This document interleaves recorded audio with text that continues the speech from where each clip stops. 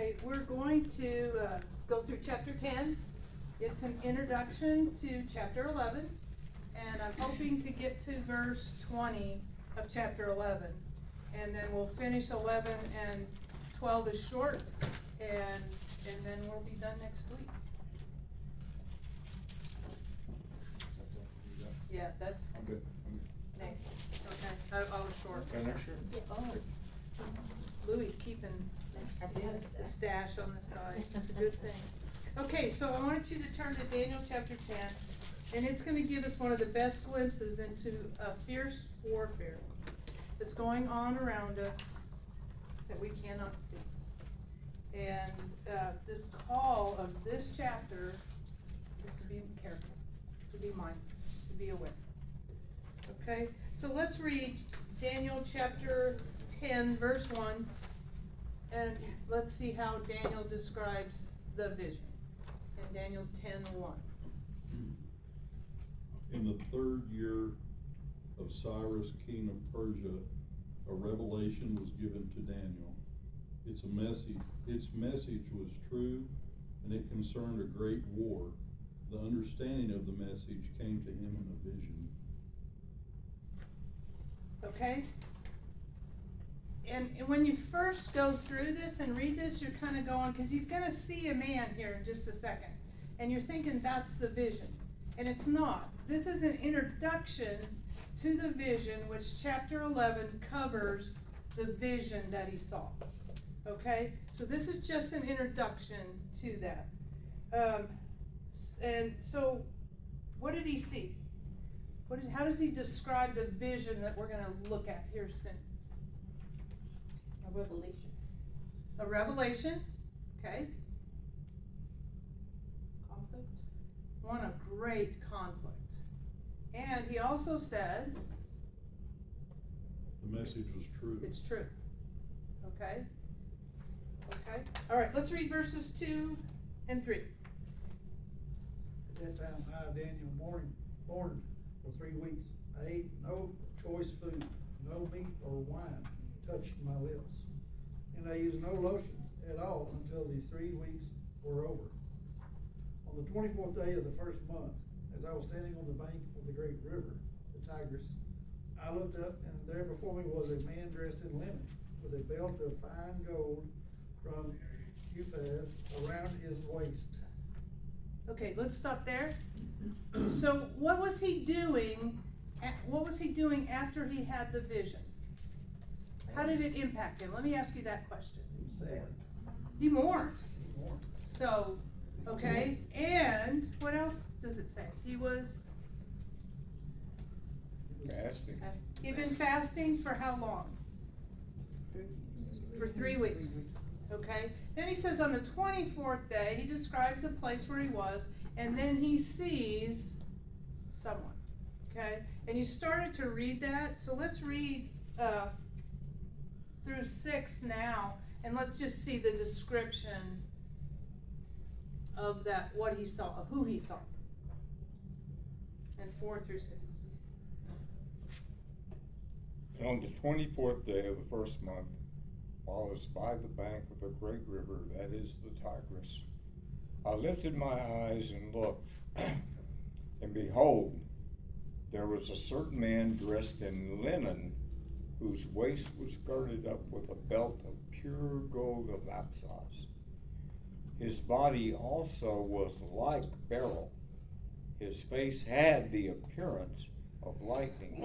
His eyes were like flaming torches. His arms and feet like the gleam of polished bronze, and the sound of his words like the sound of a tumult. Okay, so that's what he saw. That's who he saw. And this person, we're going to see who he is here in just a second, because the text is going to describe who he is. Okay? He is coming to him. He sees him, and now he's not by himself. And let's see what happens after he sees this man. Let's read 7 through 9.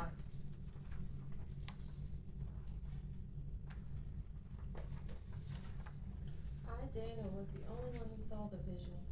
Those who were with me did not see it, but such terror overwhelmed them that they fled and hid themselves. So I was left alone, gazing at this great vision. I had no strength left. My face turned deathly pale, and I was helpless. Then I heard him speaking, and as I listened to him, I fell into a deep sleep, my face to the ground. Okay, so what did Daniel say? How did it affect him?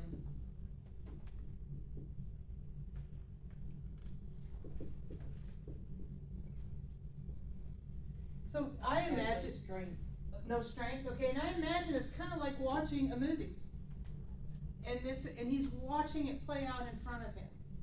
And other people that were with him had the sense that something was going on, and they felt it, but they saw nothing. But he saw all of it, and his response to it was, as Margaret said, no strength. What else? Great vision. It was a great vision. Face turned deathly pale. He Pale. was helpless. Helpless.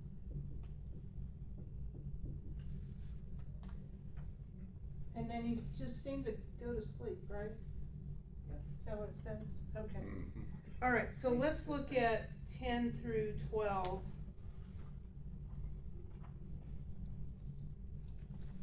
And read those 3 verses.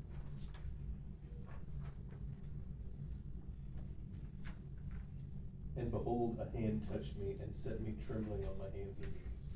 And he said to me, O Daniel, man greatly loved, understand the words that I speak to you, and stand upright, for now I have been sent to you. And when he had spoken the word to me, I stood up trembling.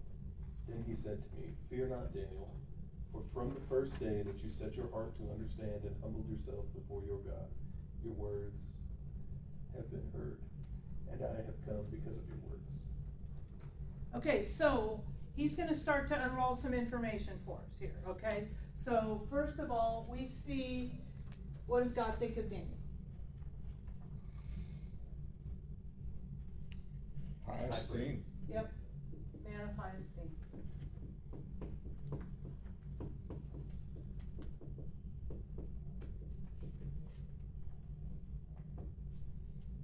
Okay, what do we see that he starts to, what do we see him start to do?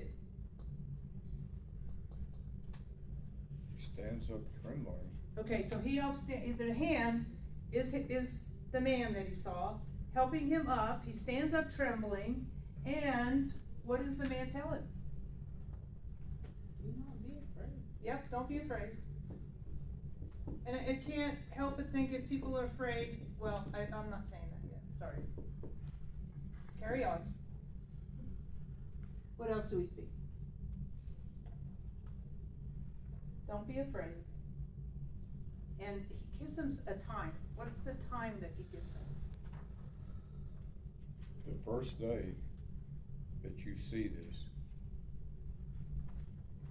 Okay, he said and the you first set day. your heart on understanding Yeah, this. yeah. So from the minute you try to understand what's going on, then your words will be heard. Yeah, okay, your words were heard, so, but and how long was he fasting? Yeah, and he said, in that fast, remember, he starts with, I saw a great conflict, and then the next thing he tells us he's fasting, and it has an impact on it.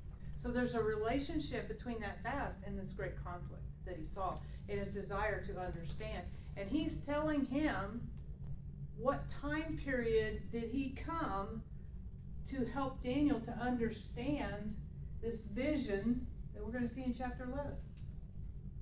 What day? Well, it took him 21 days to be able to leave to come there. It took him 21 days to get, but when was he sent? The day that he. The first day. It took him 21 days from the time God sent him for him to show up, and that's pony mail, right? Because that's really slow. So we're gonna find out why it took him 21 days to get there, okay? So let's read 12 through 14. No, we just read that, right?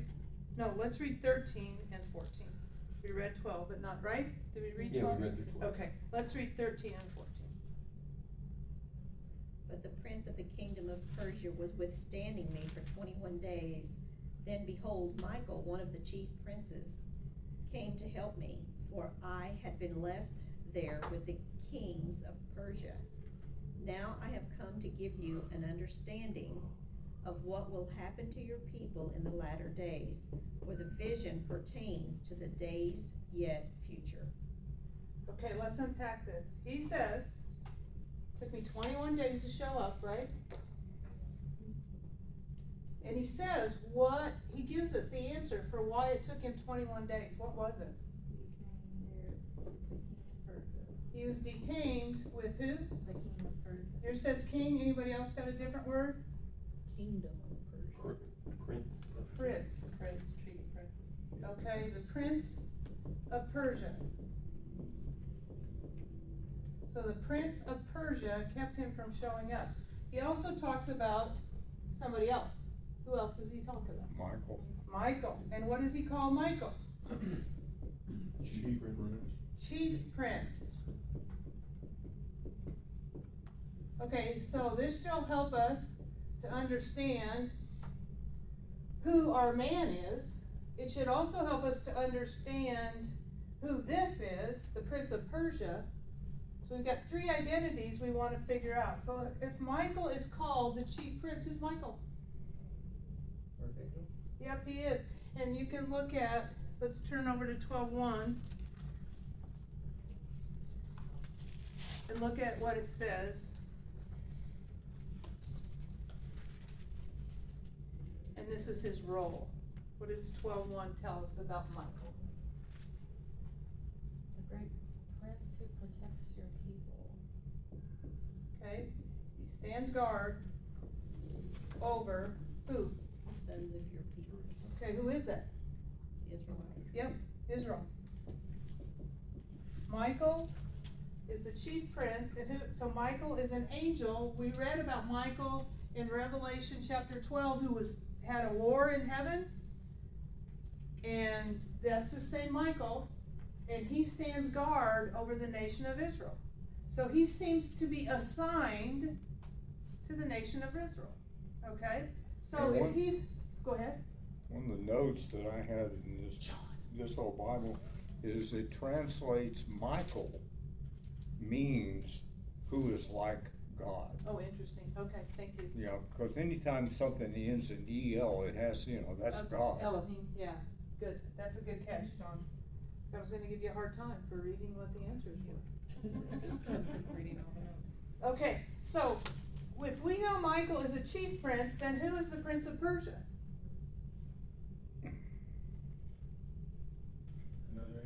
Another angel, okay? And it's an angel assigned to who? The devil. Persia, okay? It's an angel, and that angel is doing something. What is that angel doing? He's keeping him from going. Exactly. And so, in the context of all of this, the he is another angel. Sometimes you'll see that, and when we get to a place, I'll show you why it can't be Jesus. Sometimes people will say, this sounds a lot like a pre-incarnate Christ, but when we get a little bit further in the text, it can't be. And we'll look at that in just a minute. Okay. So, we see that there's an angel that's assigned to Persia. There's an angel that's assigned to Israel. Okay? In the context, we're gonna jump to, Is there a name or nobody just says? we don't know, it's just the prince. But by context, yes, Is it a bad angel? it is a bad angel. Because he's withstanding God's angel coming to Daniel. That's exactly right, and we're gonna dig into that a little bit more. So it could be Satan or one of his And we're, regime, right? yes, and we're gonna look at that a little bit more, but he's telling us there is a bad angel assigned to the nation of Persia. He's telling us a good angel is assigned to the nation of Israel. And he's telling us that he was sent from God to give Daniel an understanding of the vision he saw that he records in chapter 11. But then we're also gonna see, go ahead. So is he physically in the presence of this person that he's seeing Yes. with the flaming, Yes. so it's not a vision at this That point? is not the vision, but the way it's written, it's a little confusing when you read through it. That's just, I just can tell you that, and not just leave it out there as conjecture. It's a little confusing, you think that's the vision? No, this guy is gonna explain the vision in chapter 11 is him explaining what he saw, okay? So that's what's going on, but this is all like an introduction, but he's also peeling back something about the spiritual world and how that spiritual world affects leadership of countries. And if you look at verse, and we'll read it again in a minute, but he's also gonna mention another prince in verse 20. What's the other prince that he mentions in verse 20? Prince from Greece, And what does he say about the prince of Greece? he's about to come. He's about to come. So that's in verse 20. We have another prince, and so we know this is another bad angel assigned, involved with the nation of Greece. Okay, and before I forget to tell you, this was in the 3rd year of Darius, is that right, when it started? No, Cyrus, 3rd year of Cyrus, so we're like 536, 535 BC. Greece comes on the scene 200 years from now. He's calling it Greece. Greece is not known to be Greece by name at that point in time, but he's putting it out here, okay? All right, so go back and let's read.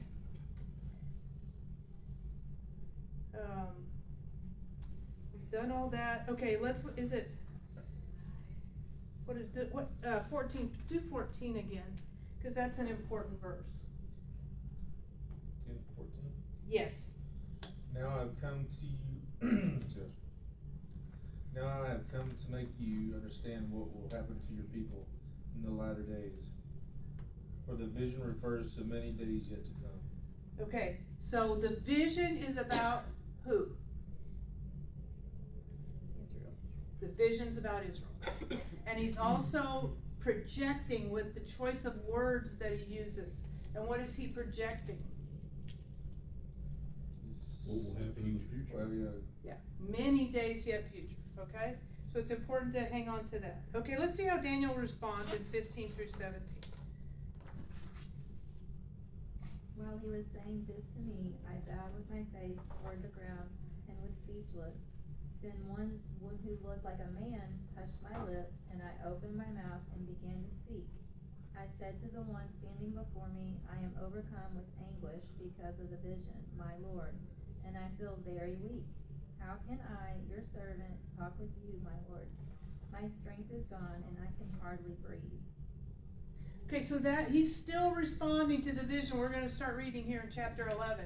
And this guy, this is all an introduction to that, and him touching him and him talking to him, giving a little spiritual warfare message, which we never get anywhere else in the Bible about a prince attached to a country. But we get 3 in this chapter. 3 princes. He's talking about Greece right there. Yep. And there is no such Exactly.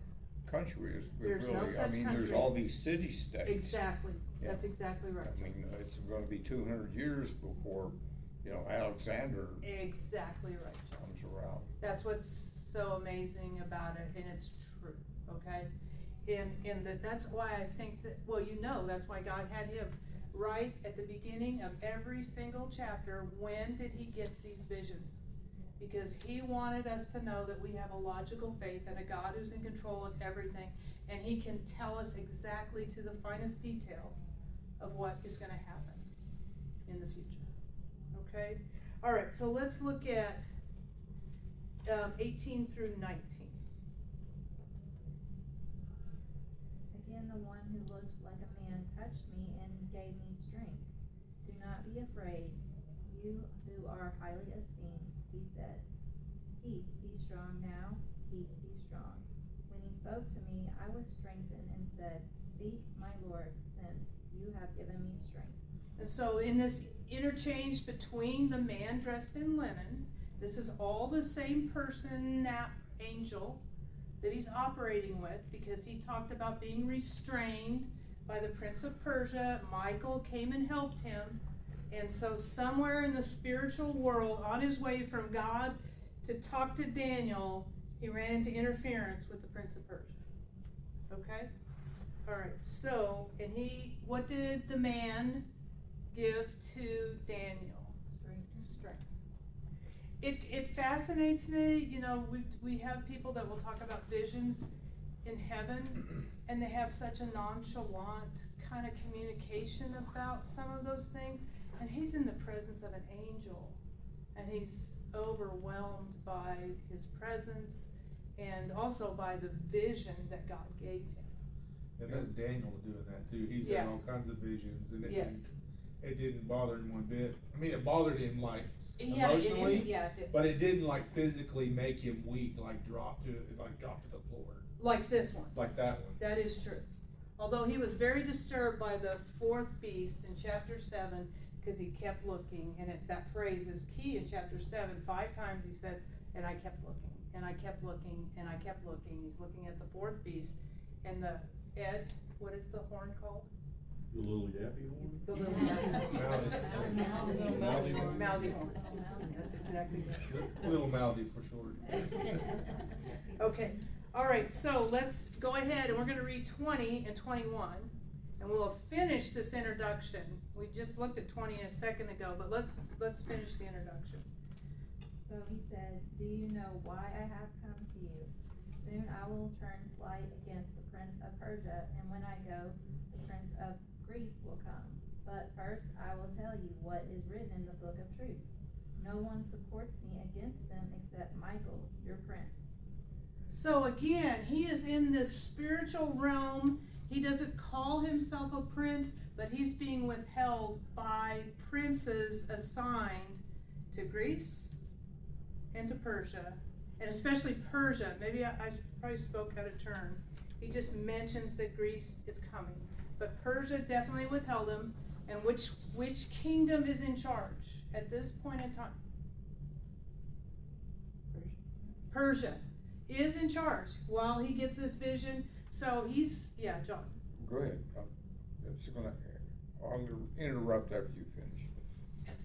You go ahead and interrupt, and then I'll finish. Okay, who is speaking to him? Is it the person back in what he saw in the vision back in verse 5? Yes, all the way through. That's an exchange between him, and he always calls him the man. He does that because he comes, and we saw. When do we It's see not angels? Michael. No, it's not. It's But somebody else. when do we see angels in the Bible looking like people?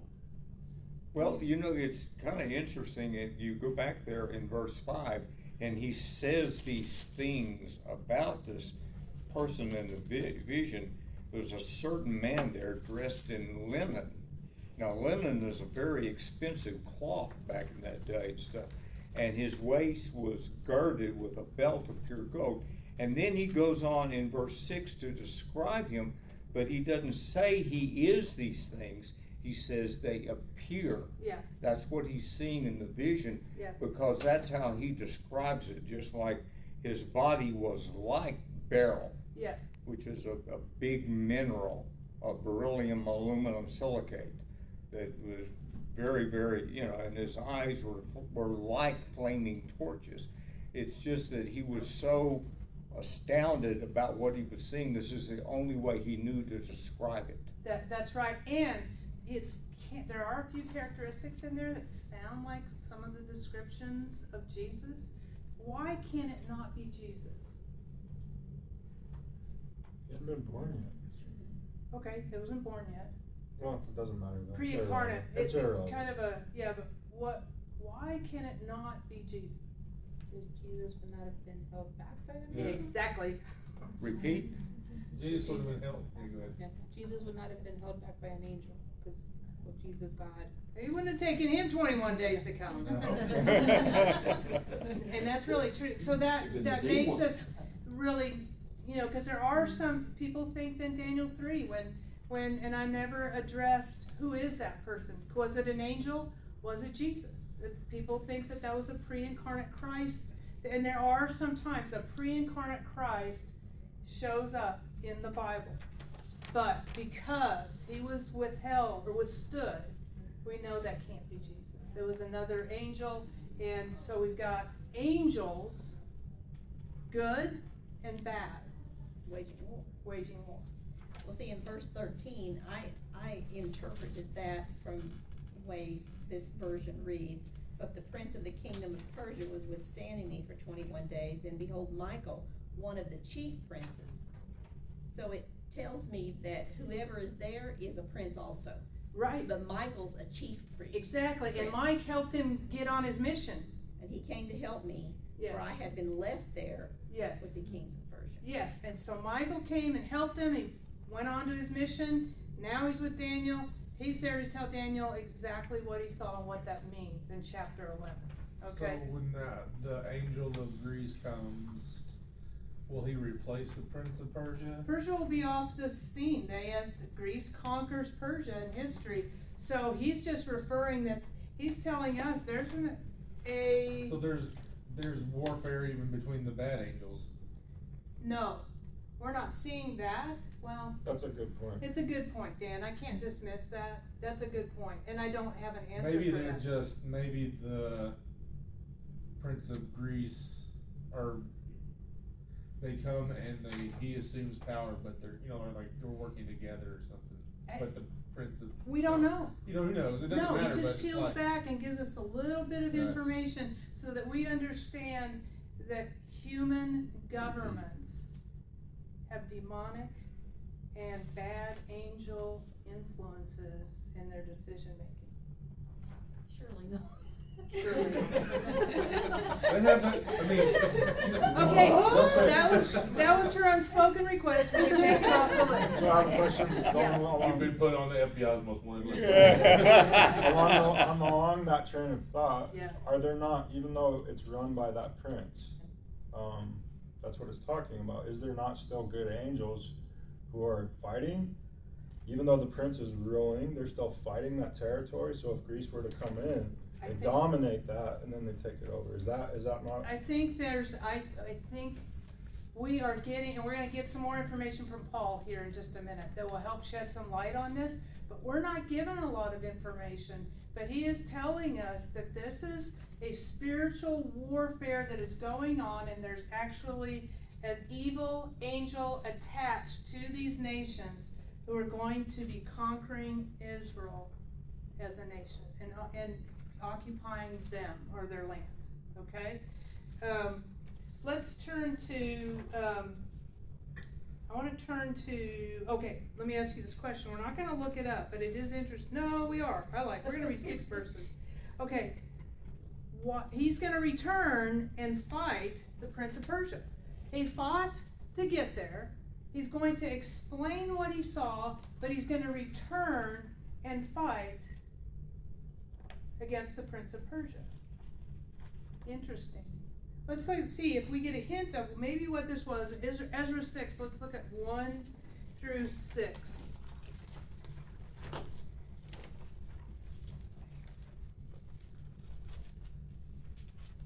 And let me tell you the chapter before.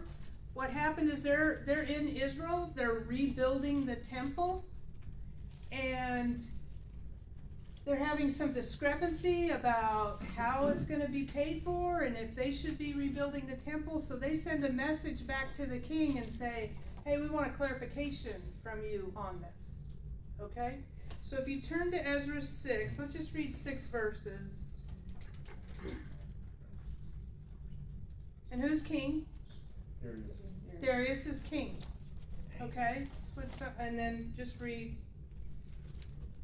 And King Darius issued a decree, and a search was made in the archives where the treasures were stored in Babylon. Okay, sorry, Dan. Just so you know, he's searching because they're questioning, did Cyrus really make a decree that they could rebuild the temple? That's the question. They sent the message back home. They're asking Darius to confirm, is that true? Okay, so they're gonna search the archives and find out, okay? So he must not know. So let's go ahead, Dan. And at Achmethea, in the place that is in the palace that is in the province of Media, a scroll was found, and in it a record was written thus: In the first year of King Cyrus issued a decree concerning the house of God at Jerusalem.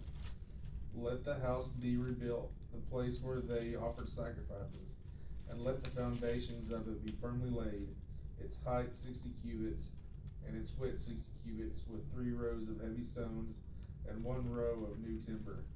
Let the expenses be paid from the king's treasury. Also let the gold and silver articles of the house of God, which Nebuchadnezzar took from the temple which is in Jerusalem and brought to Babylon, be restored and taken back to the temple which is in Jerusalem, each to its place, and deposit them in the house of God. Now therefore, Tattenai, governor of the region beyond the river, and Shethar-Boznai, Good. Shethar-Boznai, and your companions, the Persians, are beyond the river. Your companions, the Persians, who are beyond the river, keep yourselves far from there. Go on, read 7. Let- 8, sorry. Let the work of this house of God alone. Let the work of this house of God alone. Let the governor of the Jews and the elders of the Jews build this house of God on its site. And then 8. Okay. Moreover, I issue a decree to what you shall do for the elders of these Jews, for the building of this house of God.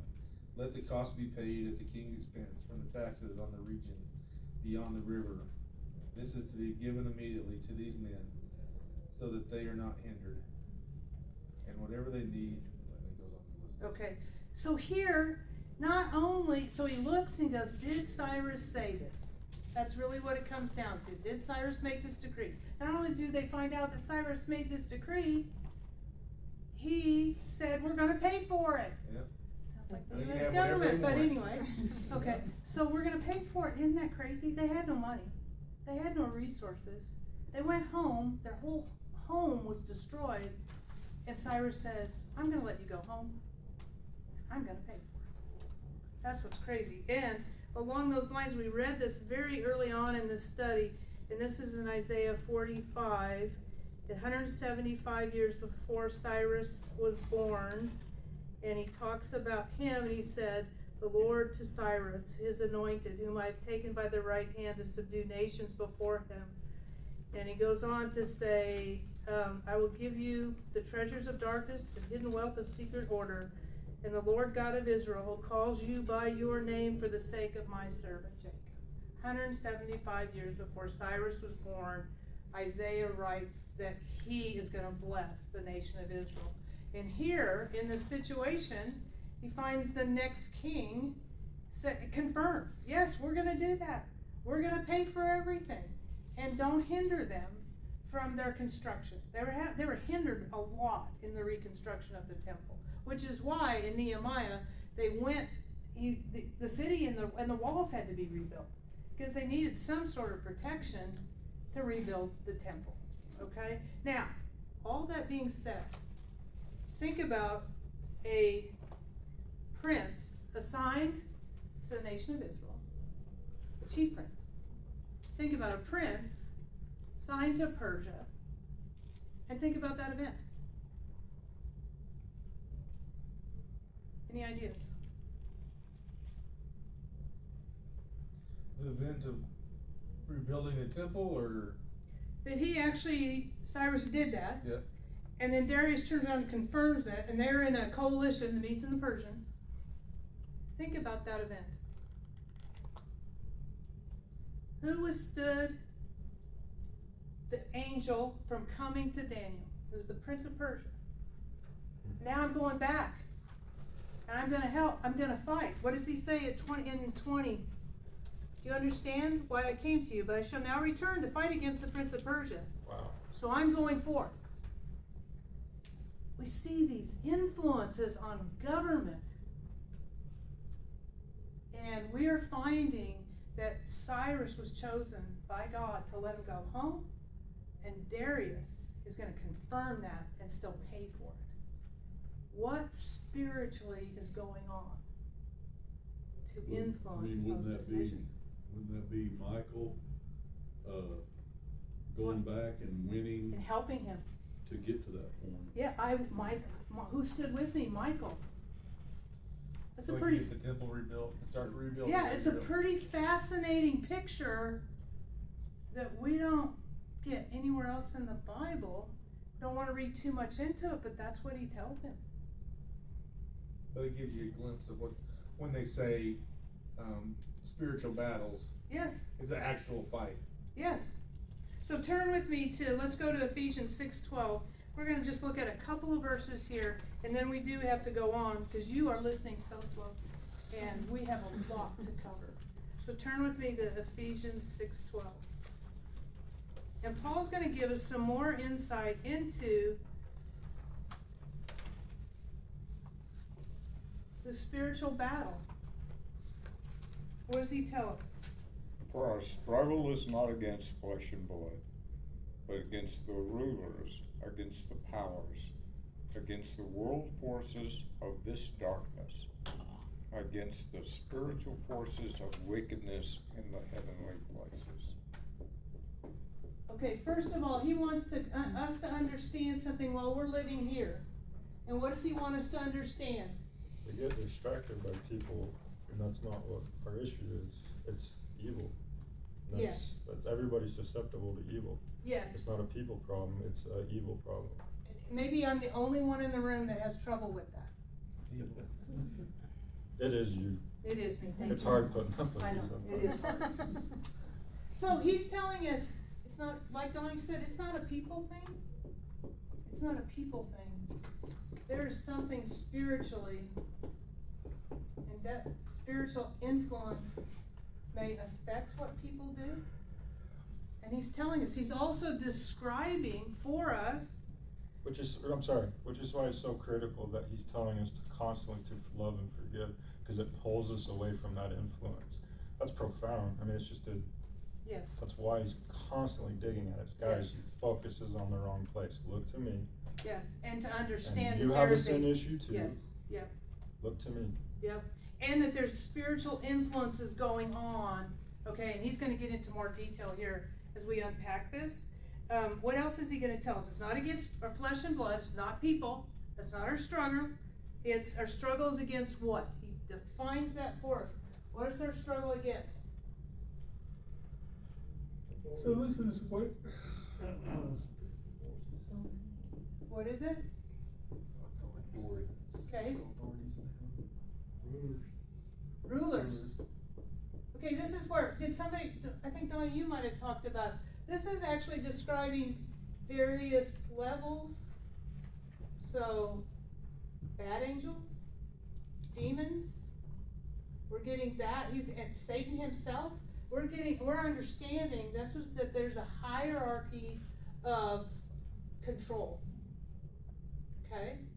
Alright, what else do we have described there? Powers.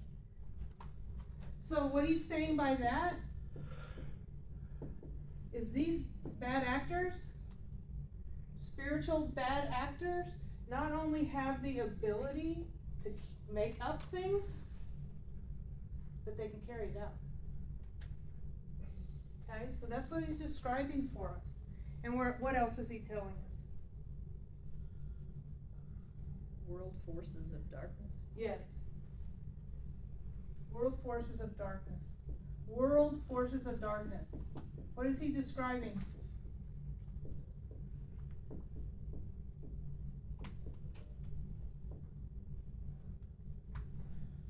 what, evil countries, evil In history. angels.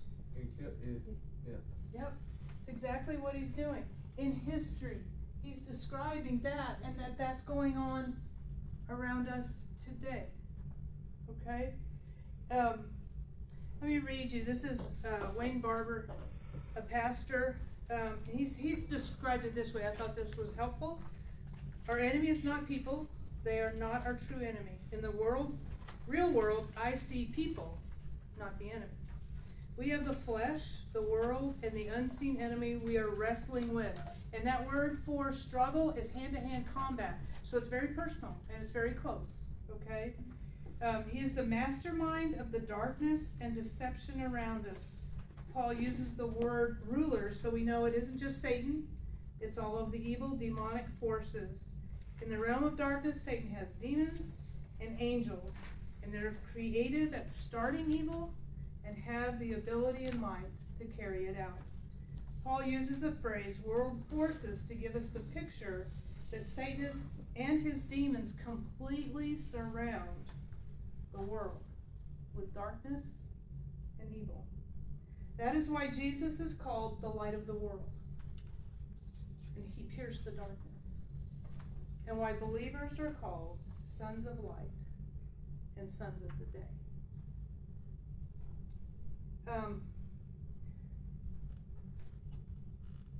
If we read, and I'd like to take the time, but we won't get through where we need to go in 11, but if we read through chapter 10, it's the full armor of God.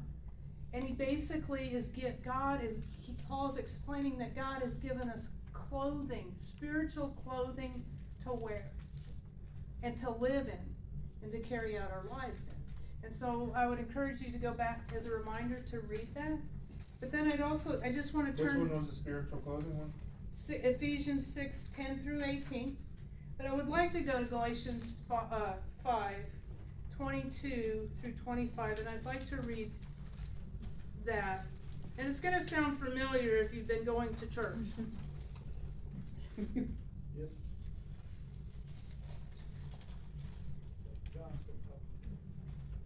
And so part of overcoming this darkness is an awareness that this darkness, and we feel it more today, I think, than any other time in my life. I agree. And so to be aware of that darkness, that God has given us a provision of his clothing, spiritual clothing, in order to function in this dark world. Okay, so that's Ephesians 6. But let's go to Galatians 5, 22 through 25. And it's another answer to how do we live and walk in this time. And what is it in 22 through 25? But the fruit of the Spirit is love, joy, peace, patience, kindness, goodness, faithfulness, gentleness, and self-control. Against such things there is no law. Those who belong to Christ Jesus have crucified the sinful nature with its passions and desires. Since we live by the Spirit, let us keep in step with the Spirit. Okay, so this passage, like the part of the commercial for it is what the world needs now, is these characteristics. Okay, so what does that have to do with you and I walking in the darkness, in this dark world? You know, not to get political, but there's it seems like they're always trying to talk about the separation of church and state, but it's like there really is no separation between religion, spirituality, and reality. You know, what's going on in the world, because that's what the Bible tells us here. Those conflicts, especially between Christian people and the rest of the world, it is a spiritual warfare. It is a war. It is a Yeah, war. and it's And almost. let it be a war over the truth and not over the war over the Christian's bad behavior. Right. And it's almost like Satan wants us to think that it's different than our spirituality, so that we won't fight it from that perspective. And how does he do that? By looking at people. It's Yeah. like, it's those people. Yeah. That's his. And it's so we live in a three-dimensional world from the standpoint that there's a spiritual dimension, and that we as believers should be most aware of a spiritual dimension, and that it's not just the physical, and if it's just the physical, then it's the people. And so that's what, and he calls us, if we're gonna be children of light, then we need to let God transform our character. That's really a way to be a child of light, is for him to transform our character. Turn back with me, I'm gonna read this, we're going back to Daniel, chapter 11. So, and this is something that makes it personal, okay? What we've just looked at makes it very personal. So, and this is Henry Morris from the Institute for Creation Research. He said, in the meantime, we must also struggle with demonic powers who still, like Satan, have access to God's presence to accuse us of sin when we yield to temptation. And when, by the grace of God and the indwelling presence of God's Holy Spirit, we are victorious in this conflict, it becomes a glorious demonstration throughout heaven to fallen and unfallen angels alike that Christ's salvation is genuine and truly works in our lives. Never thought about that. Okay, Daniel 11. Here we go. I want you to know, so he starts out in Daniel 11, and what does he say there? This will be the third time we've heard it, and we've just gotten through the introduction. What does he say in Daniel 11 when he starts? In the first year of Darius. Okay? Okay, and he says, oh, how about let's go to 2. Thank you. What does he say? Tell you the truth. I'm gonna tell you the truth. This is the third time that we've heard it. This chapter is the chapter that makes everyone who's not a conservative Christian say this was written in 165 BC. Where the majority of this chapter is history, and this person, it wasn't Daniel, it wasn't written when he says it was, and because it is so accurate.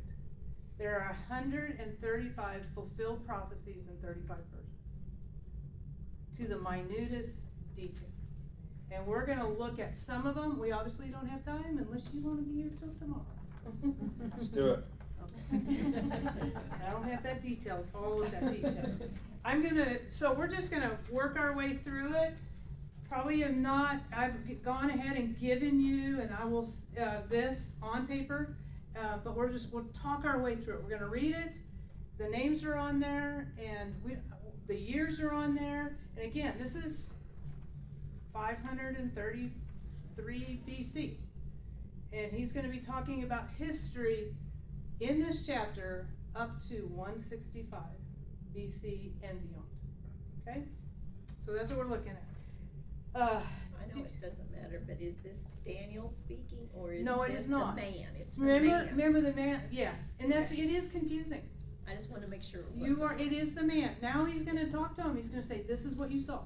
That vision of great conflict that you saw, now I'm gonna tell you what you saw, okay? So let's look at verse 2. We'll just take it a couple of verses at a time. What do we see in verse 2?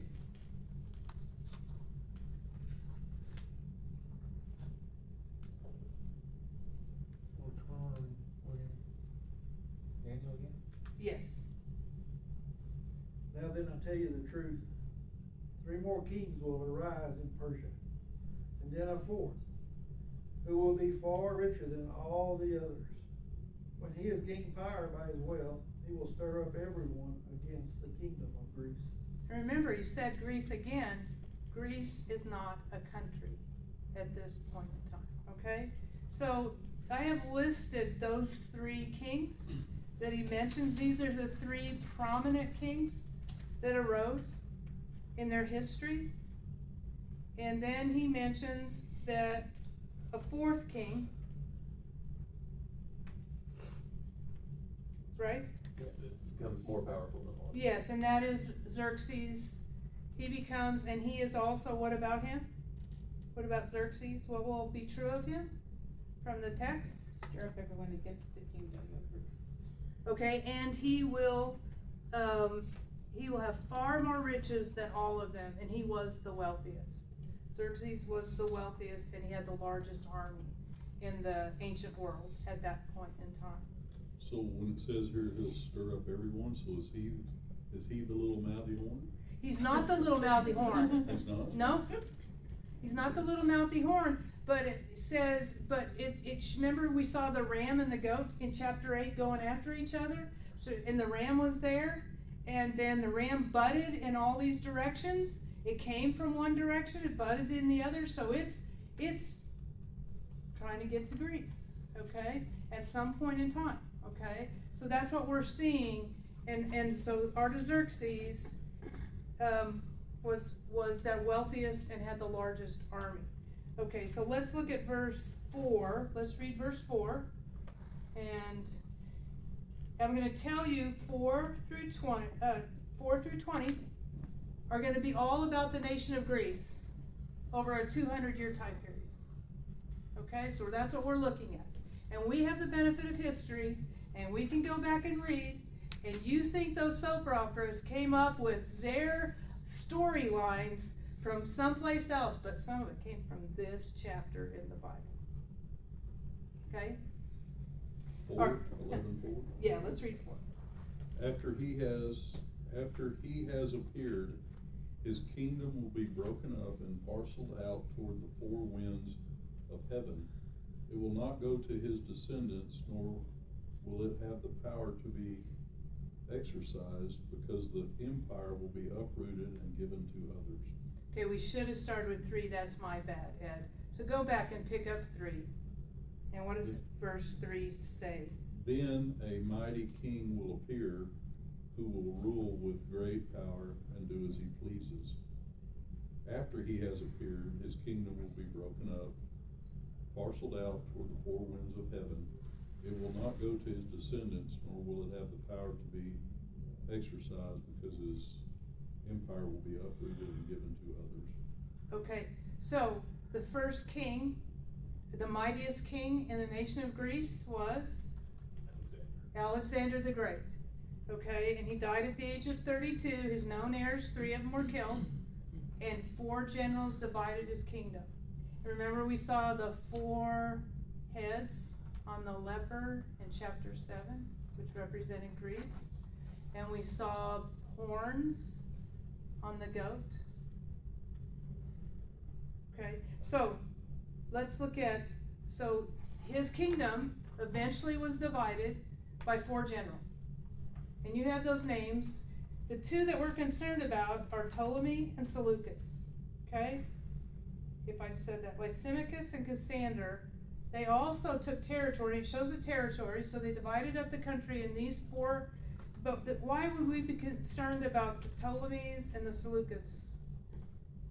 Israel's right in the middle of it. Israel's right in the middle of it. Okay? And so he's going to start talking about the king of the north and the king of the south. North is Syria, south of Israel is Egypt, and so that's how it's all in proximity to the nation of Israel. That's the compass. Okay? Let's look at verse 5.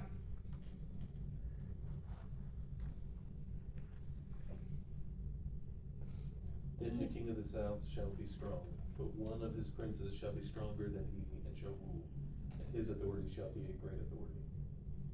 Okay, so he's telling us what's going to happen to the king of the south. What does he tell us? He's going to be strong. And at this point in time, Egypt is stronger, and it wasn't called Syria. That's what we call it today. It wasn't called Syria at that point in time. You wouldn't find Syria on a map.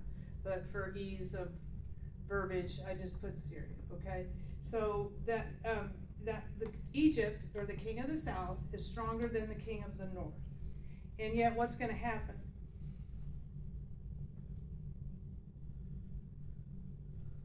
These people are gonna overtake it? Yes, and he's actually referring to Syria is going to get stronger than the king of the south. The king of the north is going to get stronger than the king of the south. Okay? All right, let's look at verse 6.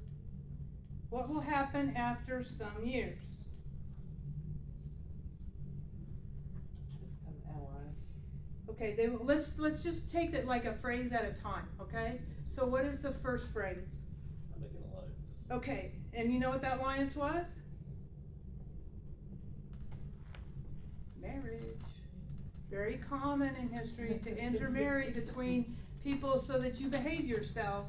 And so there was a marriage. So Ptolemy the second, we've now gone on to another king. Ptolemy the second had a daughter. His daughter's name was Bernice. Antiochus the second, that's the next king in line.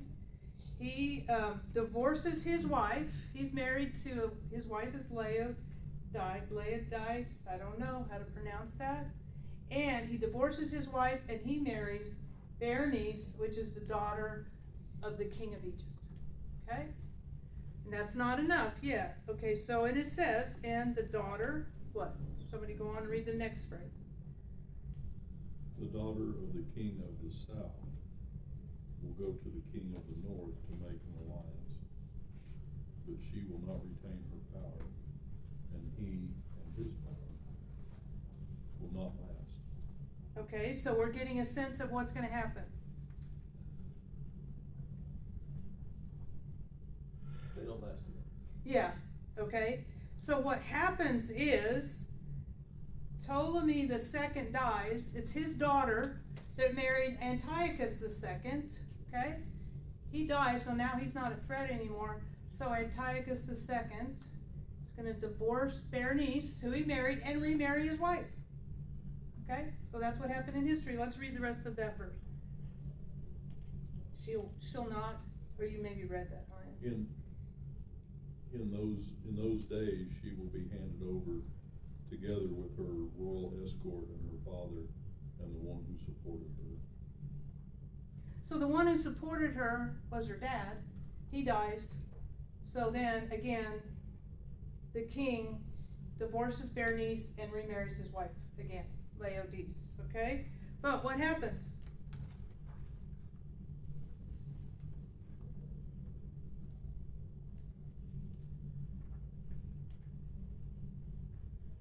But she will be given up, along with those who brought her in, and the one who sired her, as well as he who supported her in those times. What does that sound like?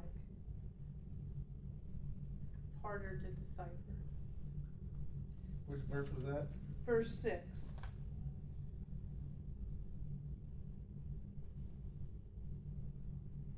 So the north basically is taking complete control.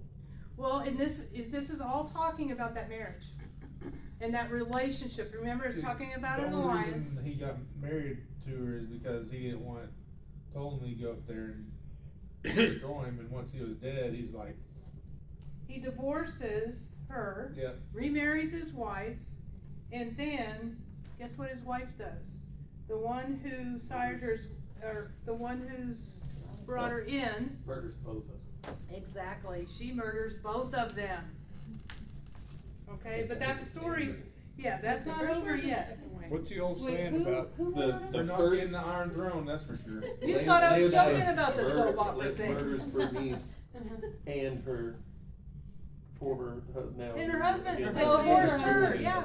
He divorced her and married her. When Yeah, so they got married she again, comes she back killed and them he's like, both. okay, cool. Isn't there a saying about hell hath no fury? Right. I think this is the Yeah. genesis of it. So basically, does she take control of the kingdom? I'm sure her son does. You're moving in the right direction, okay? So let's look at verse, let's look at verse 7. From a branch from her roots, one shall arise in his place. Okay, so it's actually, so her roots, a branch of her roots. It's not her son, it's her brother. Yeah. Okay, so a branch of her roots, and that's Ptolemy the third, becomes king. Okay, then let's go on and let's read the next phrase. That's Bernice's brother, Yes, it is. It's Bernice's brother. not Laodice. Nope. Did Okay. Shakespeare pen Wait, him so to what- death after this? I know it's crazy. guess I'm it's- telling you, this is a soap opera So plot. who is, That's Because just like, Bernice was married to the king and Laodice murdered everybody, Yeah. she gets in, I'm assuming she gets in trouble and probably But killed. it's not. And then Bernice was the, like, kind of sort of. It's her was the- brother. Was the queen, so her brother. Yeah, her Took brother. over where? The throne. The Of throne. who? Of Egypt. Of North. Of the so south. Bernice, South. Yes, the south. Okay? yeah, Bernice, And Bernice was Brother. from the North. so From the south. Ptolemy From the two. south. Just read the next page and explain it. Okay, hey, hang with me, hang with me. This is what when you get to watch that soap opera over Because I and never over watched again. that. It's a sticky plot for sure. Okay, so her brother is Ptolemy the Third. Bernice's brother is Ptolemy the Third. And he avenges his sister's murder, okay? So let's read this. Let's read verse 7 through 9. Or start with verse 7. One of the descendants of the root of her line, so that's her brother, and he's gonna come against their army and enter fortresses of the king of the north. And every time you see them fighting against each other, they're going through Israel. Every single time, okay? That's the shortest way to get to Shortest way. the person you hate the most house. Yep, You go right exactly. through Israel. Yep, exactly. Okay, and so he's gonna go against their armies, and, And he's victorious. okay, and he's gonna be victorious, okay? So, he did, history, I forgot this, it's up in verse 6. So the one who, but the one of the sons of her line is his place, and he will come against our army. And part of the reason he's coming again is avenging his sister's murder, Berenice's murder. Okay, that's part of what this war is about. Okay? And what ends up happening in history is the lady that killed Antiochus II and Berenice, she got killed. That's what, he avenged his sister's murder and he kills her. She married the brother. No.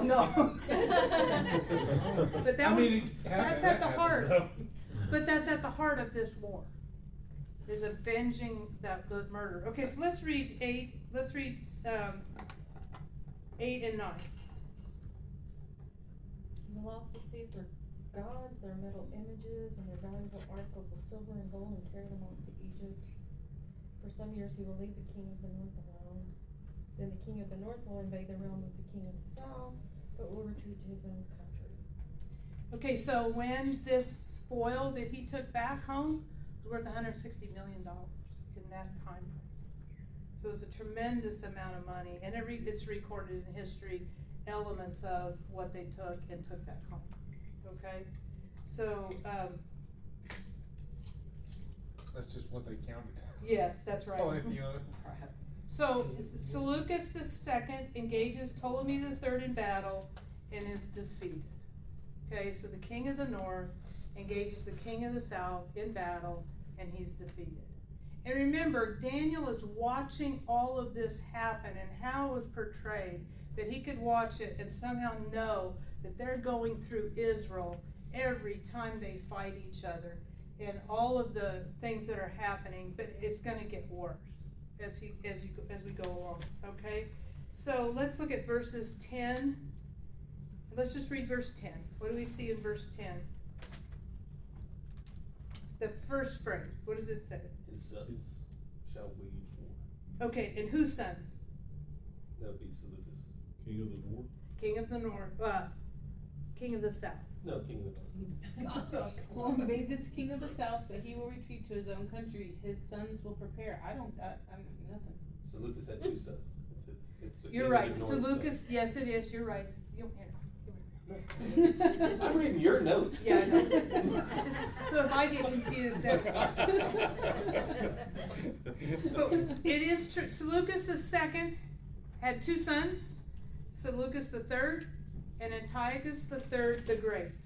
Seleucus III died in battle. So what do we see about the 2 sons in verse 10? His sons will mobilize and assemble a multitude of great forces, and what does it say? Which shall keep coming and overflow and pass through, and again shall carry the war as far as his force. Okay, and mine says one of them. Does yours say one of them? Mine does. Yes, because one of them died in battle and the other son kept going on in the war.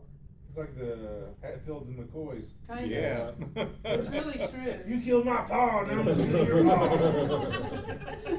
Somebody from Arkansas talking You like You kill that. yours, Auntie, whatever her name is. Okay, that's true. So let's look at verse 11. And the king of the south will be enraged and go forth and fight with the king of the north. Then the latter, that would be the king of the north, will arise. Will Okay, raise a great Raise a great- multitude, but that multitude will be given into the hand of the former, So, the south. okay, so Ptolemy, which came from Egypt, from the south, he was so mad at Antiochus III over that previous battle that he went back after him and engaged him in war.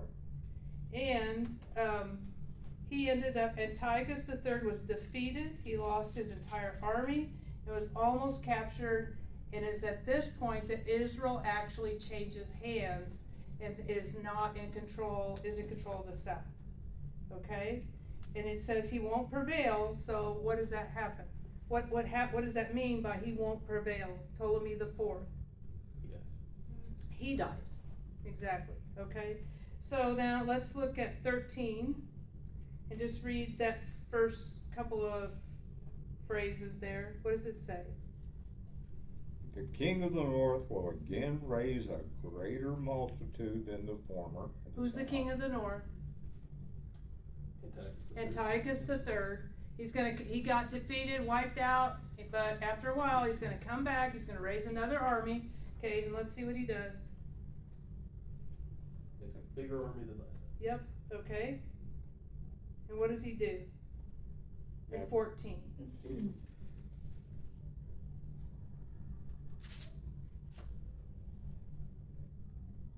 So I'm guessing raising all these armies up.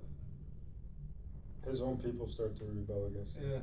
Yeah. Okay, so in 14 it said, in those times, many will rise up against the king of the south. The king of the south is Ptolemy. Okay, they're upset. Well, who? No, I like- Ptolemy the fifth. Yes, Ptolemy the fifth, and he's building up his army at this time. Okay, and then go on. The violent ones. Among your own people will rebel in fulfillment of the vision, but without success. Okay, so what happens is Antiochus the third, they're mad, and he's trying to raise up an army against Egypt. So he's raising up another army. Jews join his army because they're mad at Egypt, and if they can knock out Egypt, maybe he'll give them a break and let them be free. That's really the bottom line. So they do join his army, and he does win. He does conquer Syria, and we see Israel go back into Syria's hands. Okay, and he rewards them for supporting him, but he maintains control of the nation of Israel. Okay, so now let's go on to, let's look at 15.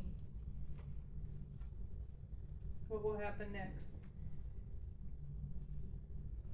And the king of the north will come, cast up a siege mound, and capture a well-fortified city. And the forces of the south will not stand their ground, but not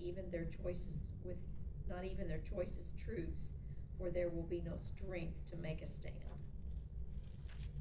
Okay, and then go on to 16. But he who comes against him will do as he pleases, and no one will be able to withstand him. He will also stay for a time in the beautiful land, with destruction in his hand. Okay, so Antiochus, I've got to go back. This is my bad. This is hard, as you can tell. I don't know how you keep it straight. I'm struggling right now myself, because even though I've read through it, and it's hard to keep straight. Well, what they're talking about right there is Sidon.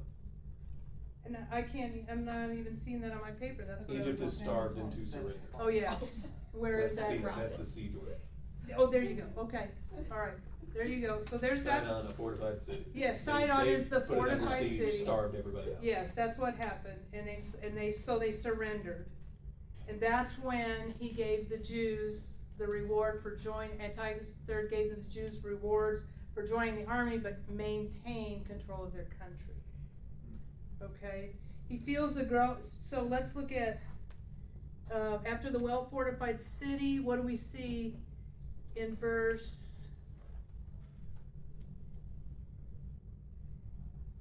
15. Yep. You sure? What will happen? No. Be 17. He shall set his face to come with the strength of his whole kingdom, and he shall bring terms of an agreement and perform it. He shall give his daughter, who shall give him the daughter of women to destroy the kingdom. Okay, so what happens here in history is Rome is actually a rising power now, and Rome, he's starting to feel Rome's threat, and so instead of going back to fight against Egypt, what he decides to do is give his daughter Cleopatra to marry Ptolemy V, and he thinks that that's going to help hold Egypt in check, okay? And what will she do? What does it say? She will not at the Stand end. to be his advantage. Yeah, so what does that sound like? She likes Ptolemy. She likes Ptolemy. She's a good wife. She likes Egypt. And she aligns herself with her husband and not with her dad. And that's exactly what happened in history. Okay, now let's look at 18 and 19.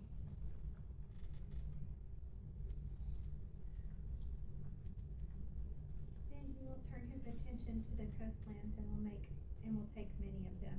But a commander will put an end to his insolence and will turn his insolence back on him.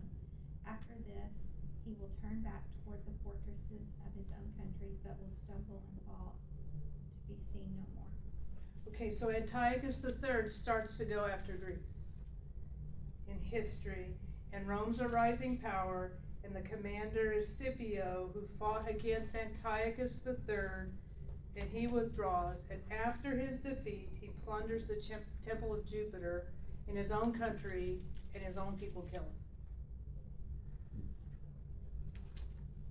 Okay, so let's look at 20. So Yes. Antiochus the III was killed by his own people. By his Or own people. Scipio. No, Yes, a Roman. Defeated by Scipio. Yeah. Yeah, and he Antiochus turned was it back. defeated by Scipio, and then He went home. he went home, and on his way, he was mad, so he went ahead and Plundered plundered the one of his own temple, temples. did one of his own temples, and his people killed him. So, isn't the temple of Jupiter, wasn't it modeled after the temple in Israel? That's a good question, Dan, and I don't know the answer to that. Because I think it was a response to the temple in. I don't know, that might be, I don't know the answer to that. Okay, let's finish with 20. What does verse 20 say? Would somebody read that? His successor will send out a tax collector to maintain the royal splendor. In a few years, however, he will be destroyed, yet not in anger or in battle. Okay, so the king that, Seleucus IV, he oppressed Israel, the jewel of the kingdom, and had to pay because after Antiochus III was pushed back by Rome, Rome started taxing him. And so he had to raise taxes in Israel to pay off the Romans, and he was mysteriously removed as a king. So different from what's going on now. Seriously So, removed. yeah, exactly. So if you get a chance and you slowly read through, you can see how this matches up against that. It's hard to do in a setting like this. It really is hard. And so remember that takes place over verse 40 through 20 is over a 200-year period.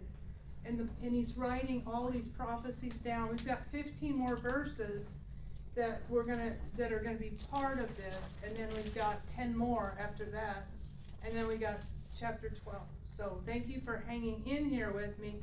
But it gives you a sense of what what Daniel saw, what God had him write down, what's gonna happen to the nation of Israel, and all of these things that transpired to, like I said, 135 prophetic events in those 35 verses that we've got through 20 of them. It's pretty literal prophecy there. Literal, yeah. Crazy. It is crazy, and that's why people say it's history.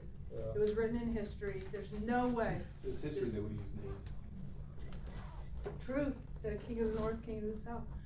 A lot easier to follow. Yeah, it's been a lot easier to follow. Yeah. You're gonna be like, and then Cleopatra, she liked Ptolemy V, you know, it'd be way more boring. Yeah, right. We're like, well, yeah, like obviously, they knew names, exact dates. And there are angels or princes for each one, spiritual princes for each one of these at the same time.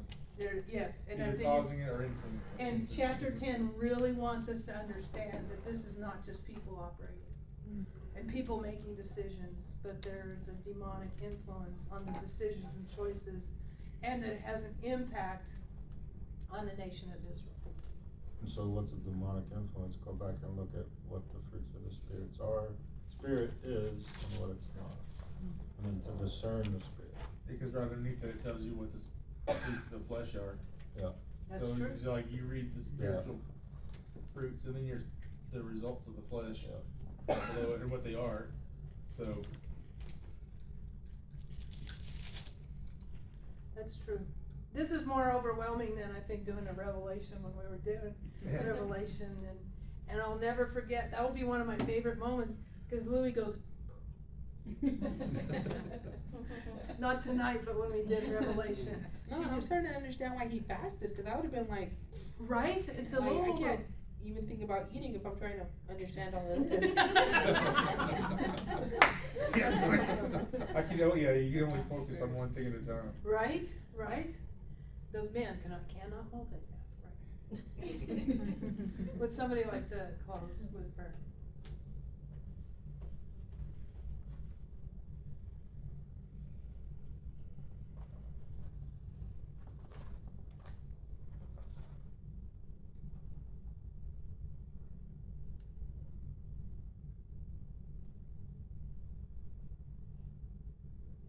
Lord, thank you for giving us this day together to come and study more about Daniel and see how the spiritual warfare, both good and evil, influences world events and how they affect our lives on a daily basis.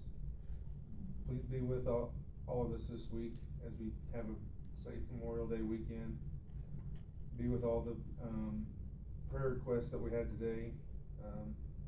You know their needs and their wants and everything they need, and give it to them in the time they need it. And just keep us all safe as we go around our work days and our school days. In Jesus' name I pray. Amen. Thank you.